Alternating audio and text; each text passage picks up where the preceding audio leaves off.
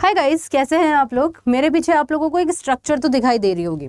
अच्छा, एक तरफ आप लोगों को स्ट्रक्चर यहाँ पर दिखाई दे रही है सोलर सिस्टम की, और दूसरी तरफ अगर आप देखेंगे तो दूसरी तरफ आप लोगों को स्ट्रक्चर दिखाई दे रही है एटम की। और एटम जो कि आज का हमारा टॉपिक भी है, ठीक है। तो बहुत सारे लोग कह रहे थे ना कि दीदी केमिस्ट्री पढ़ा दो, तो बस अब आने वाला है मज़ा। अच्छा, इन दोनों स्ट्रक्चर के अंदर तुम लोगों को कोई सिमिलैरिटी दिखाई दे रही है कि कुछ तो खास है, कुछ तो सेम है। सोलर सिस्टम देखा होगा, सूर्य होता है बीच में और सारे के सारे ग्रह ना अपनी कक्षा में चक्कर लगाते हैं, ये तो पता है ना तुम लोगों को। अच्छा ठीक है, यहाँ पर आप लोगों को जो स्ट्रक्चर दिखाई दे रही है ये स्ट्रक्चर है आपके एटम की। एटम यानी कि परमाणु। पहले तो मैं ये तो बता दूं आप लोगों को कि एटम होता क्या है। तो सीखना चाहते हैं तो पहले इस सेशन को ना पूरा देखना लास्ट तक, मजा आएगा बड़ा तुम लोगों को। एटम यानी कि परमाणु, और परमाणु की भी स्ट्रक्चर कुछ ऐसी है ना कि बीच में कुछ है और अपनी ही कक्षा में बाकी सारी चीजें भी चक्कर लगा रही हैं, मतलब कुछ तो सिमिलैरिटी है भाई।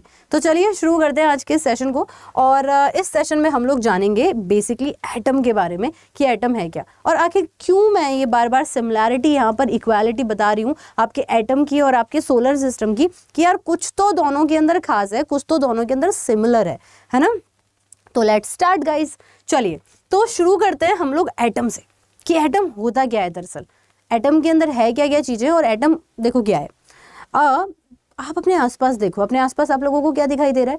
आपके आसपास दिखाई दे रहा होगा आप लोगों को पेन दिखाई दे रहा होगा, आपको पेंसिल दिखाई दे रही होगी, आपको टेबल दिखाई दे रही होगी, पानी की बोतल दिखाई दे रही होगी, चेयर दिखाई दे रही होगी, मैं दिखाई दे रही होंगी।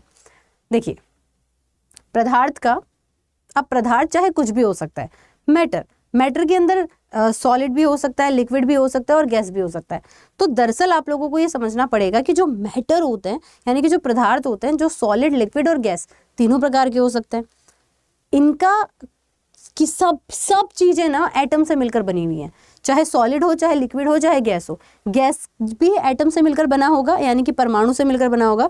तो अगर मैं इसको लैंग्वेज में भेजूं या फिर मैं इसको लैंग्वेज में बात करूं, तो आपको ये ध्यान रखना है कि पदार्थ का सूक्ष्मतम अविभाज्य कण परमाणु कहलाता है। सूक्ष्मतम यानी कि सबसे छोटा, अविभाज्य जिसे और आगे डिवाइड नहीं किया जा सके। ये पेन है, इस पेन को मैं तोड़ूंगी, दो पार्ट्स में डिवाइड करूंगी, 2 से 4, 4 से 8, 8 से 16, 16 से 32, और तोड़ती चली जाऊंगी। आखिरी में एक ऐसा पार्टिकल आएगा जिसको मैं आगे और डिवाइड कर ही नहीं सकती, बस वही है एटम। और वैसे करोड़ों अनकाउंटेबल एटम से मिलकर हमारा जो है वो क्या बनता है, कोई भी पदार्थ बन जाता है। यानी कि दीदी ये परमाणु से मिलकर बना है। हाँ, ये वाटर बॉटल जो है वो भी परमाणु से मिलकर बनी है, बिल्कुल बनी है। तो क्या ये फोन भी एटम से मिलकर बना है? बिल्कुल। और हम भी एटम से मिलकर बने? हाँ, हम भी एटम से ही मिलकर बने हैं। तो इस तरह से हम लोगों को ये सारी चीजें ध्यान रखनी है कि जनरली किसी भी पदार्थ की अगर हम बात करते हैं तो उसका अंतिम सूक्ष्मतम अविभाज्य कण ही जो है वो परमाणु कहलाता है। तो फिर परमाणु में होता क्या है? इतना माइक्रो है कि आप बिना माइक्रोस्कोप के देख नहीं सकते हो, खुली आंखों से नहीं दिखाई दे सकता। लेकिन फिर भी हमारे महर्षि कणाद है ना, भारत के महर्षि कणाद ने उस वक्त जब माइक्रोस्कोप जैसा कुछ नहीं था, उस वक्त उन्होंने बता दिया था कि यार दुनिया की सबसे बड़ी चीज यानी कि सौर पैनल है ना, और दुनिया की सबसे छोटी चीज यानी कि एटम, बोथ आर इक्वल। इनके स्ट्रक्चर सेम है, इनके फंक्शन सेम है, इनके अंदर जो फोर्स होते हैं वो भी सेम है। तो आओ शुरू करते हैं। देखो एटम में होता क्या है। खैर ये तो बात हो गई महर्षि कणाद की, कि महर्षि कणाद ने ये बताया। लेकिन आपको ध्यान रखना है, हम यहाँ पर बात करेंगे किसके लिए, हम बात करेंगे यहाँ पर जॉन डाल्टन। जॉन डाल्टन नाम के साइंटिस्ट थे, क्योंकि हमें पढ़ना तो वही पड़ेगा, क्योंकि हमारी एनसीईआरटी में जॉन डाल्टन मेंशन है। वैसे जॉन डाल्टन के पहले ही महर्षि कणाद ने इन सब चीज़ों के बारे में बता दिया था, पर फिर भी दुनिया के सबसे इस माइक्रो पार्टिकल के बारे में जो कि एटम है, एटम के बारे में किसने बताया? जॉन डाल्टन ने बताया। जॉन डाल्टन कहते हैं कि दुनिया का सबसे छोटा पार्टिकल ही एटम है। फिर वक्त पे काफ़ी सारे साइंटिस्ट आए, और काफ़ी सारे साइंटिस्ट जैसे कि गोल्डस्टीन आए, जैसे कि रदरफोर्ड आए, जैसे कि जे थॉमसन आए है ना, और जेम्स चैडविक आए, और इन्होंने जो है वो आगे एटम को और डिस्कवर किया।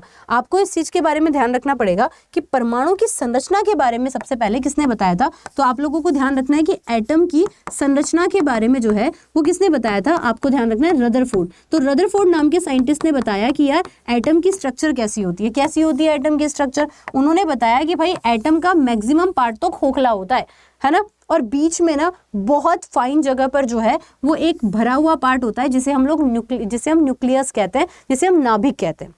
आगे वक्त पे बहुत सारे साइंटिस्ट ने डिस्कवरी की और उन्होंने ये बताया, फिर वक्त के साथ साथ जब डिस्कवरी होती चली गई तो और चीज़ें क्लियर होती चली गई और तब पता लगा कि एटम के अंदर 3 जो है वो मेन पार्टिकल भी होते हैं, जिन्हें आप लोग समझते हैं ना, इलेक्ट्रॉन, प्रोटॉन और न्यूट्रॉन कहते हैं। एक होता है इलेक्ट्रॉन, एक होता है प्रोटॉन और एक होता है न्यूट्रॉन। अब इलेक्ट्रॉन, प्रोटॉन और न्यूट्रॉन जो 3 पार्टिकल है ये कहाँ कहाँ पर रहते हैं। अच्छा, इस चीज़ के बारे में भी ध्यान रखना कि इलेक्ट्रॉन की डिस्कवरी जो है वो किसने की थी, तो आपको ये भी ध्यान रखना पड़ेगा कि इलेक्ट्रॉन की डिस्कवरी जो है वो सर जे थॉमसन ने की थी, ये आप लोग लिख लीजिएगा। इसके अलावा अगर मैं प्रोटॉन की बात करती हूँ तो प्रोटॉन की डिस्कवरी वैसे कहा जाता है कि गोल्डस्टीन ने की थी, लेकिन डेप्थ में प्रॉपर बताया था रदरफोर्ड ने, ठीक है, तो आप रदरफोर्ड ध्यान रख सकते हैं। और इसके अलावा अगर मैं बात करूँ तो न्यूट्रॉन की डिस्कवरी जो है वो जेम्स चैडविक ने की थी। किसने की थी? जेम्स चैडविक ने की थी। अच्छा, इसके अलावा कुछ और चीज़ें भी आप लोग समझ लीजिए कि जो प्रोटॉन और न्यूट्रॉन होता है ना वो मूवमेंट नहीं करते, वो धसे हुए होते हैं। उस तरह से धसे होते हैं जैसे कि तरबूज के अंदर बीज धसे हुए हैं, तो वैसे ही आपके प्रोटॉन और न्यूट्रॉन जो होते हैं वो तो आपके न्यूक्लियस के अंदर होते हैं। और इलेक्ट्रॉन लगातार अपनी कक्षाओं में चक्कर लगाते हैं और वो नाभिक के बाहर लगाते हैं। तो इलेक्ट्रॉन के लगातार जो कक्षा में चक्कर लगाते हैं वो इलेक्ट्रॉन है, मतलब इस नाभिक के चारों ओर जो अपनी कक्षा में चक्कर लगा रहे हैं वो इलेक्ट्रॉन होते हैं, और नाभिक के अंदर जो है वो है प्रोटॉन और न्यूट्रॉन। अब आप लोग इस स्ट्रक्चर को देखिए, है ना, जब आप इस स्ट्रक्चर को देख रहे हैं तो ये मिड में जो आपको दिखाई दे रहे हैं ये तो आपके इलेक्ट्रॉन और प्रोटॉन है और ये नाभिक है ना। और इस नाभिक के चारों ओर जो अपनी कक्षा में चक्कर लगा रहे हैं वो और कोई नहीं, वो इलेक्ट्रॉन है। इलेक्ट्रॉन पे हमेशा नेगेटिव चार्ज आएगा, प्रोटॉन पे पॉजिटिव और न्यूट्रॉन पे न्यूट्रल चार्ज होता है, यानी कि उदासीन प्रकृति का होता है। तो एटम के अंदर 2 चार्ज हैं, पॉजिटिव प्रोटॉन के कारण और नेगेटिव इलेक्ट्रॉन के कारण। तो टोटल एटम पर कितना चार्ज होता होगा? टोटल एटम पर 0 चार्ज होता है। अब ऐसा क्यों है ना? क्योंकि आपको ये ध्यान रखना होगा कि आपके जो नाभिक, जो आपका प्रोटॉन होता है उसमें जितने इलेक्ट्रॉन होते हैं ना उतने ही प्रोटॉन होते हैं। जितने इलेक्ट्रॉन, यानी कि मानो कि 12 अगर नेगेटिव चार्ज वाले हैं तो 12 ही पॉजिटिव चार्ज वाले होंगे, तो ऑल ओवर चार्ज आपके एटम पर कितना होगा? 0 होगा, 0 होगा, ठीक है। अब यहाँ पर स्ट्रक्चर देखिए, जैसे प्रोटॉन और न्यूट्रॉन मूवमेंट नहीं करते वैसे सूर्य तो कहीं पर मूवमेंट नहीं करता।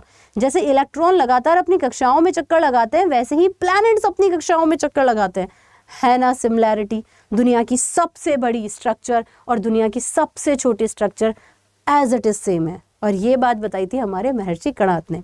अच्छा, और समझिए, इलेक्ट्रॉन का मन नहीं करता कभी कि आज तो मैं दूसरे इलेक्ट्रॉन की कक्षा में चक्कर लगाऊंगा। इस दूसरे इलेक्ट्रॉन का मन नहीं करता कभी कि आज तो मैं तीसरे इलेक्ट्रॉन की कक्षा में चक्कर लगाऊंगा। क्या पृथ्वी का मन नहीं करता कभी कि आज तो मैं बृहस्पति की कक्षा में चक्कर लगाऊंगी? क्या जुपिटर का मन नहीं करता कभी कि आज मैं मार्स की कक्षा में चक्कर लगाऊंगा?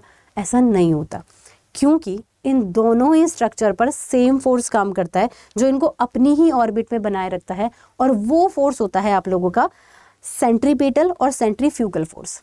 अब क्या है सेंट्रीपिटल और सेंट्रीफ्यूगल फोर्स, और ऐसी बहुत सारी इंटरेस्टिंग साइंस के फैक्ट्स के लिए, एग्जाम के पॉइंट ऑफ व्यू से समझने के लिए आपको देखना पड़ेगा इसका पार्ट 2। सेशन कैसा लगा, आपको अच्छा लगा कि नहीं लगा, मुझे कमेंट सेक्शन में लिखकर बताएंगे। और दूसरा पार्ट चाहते हैं, मॉलिक्यूल क्या होते हैं, अणु क्या होते हैं, और विस्तार से साइंस को समझना चाहते हैं, तो मुझे मैसेज ज़रूर से करेंगे। अपने दोस्तों को शेयर करना बिल्कुल मत भूलना। और हाँ, दूसरा सेशन तो तभी मिलेगा ना जब नोटिफिकेशन मिलेगा, और नोटिफिकेशन कैसा आएगा? जब आप इस चैनल को सब्सक्राइब करोगे और बेल आइकन पे क्लिक कर लोगे, है ना, तब नोटिफिकेशन मिल जाएगा। तो कैसा लगा एटम का सेशन? अच्छा लगा या नहीं लगा? और क्या और नया टॉपिक चाहिए, क्या काफ़ी सारी चीज़ें जो आपको साइंस के बारे में जाननी है, उसके लिए मुझे कमेंट सेक्शन में मैसेज ज़रूर से कीजिएगा। Hope so guys you like this session. Do like, share, comment and subscribe our YouTube channel which is Adda 24/7. Thank you so much.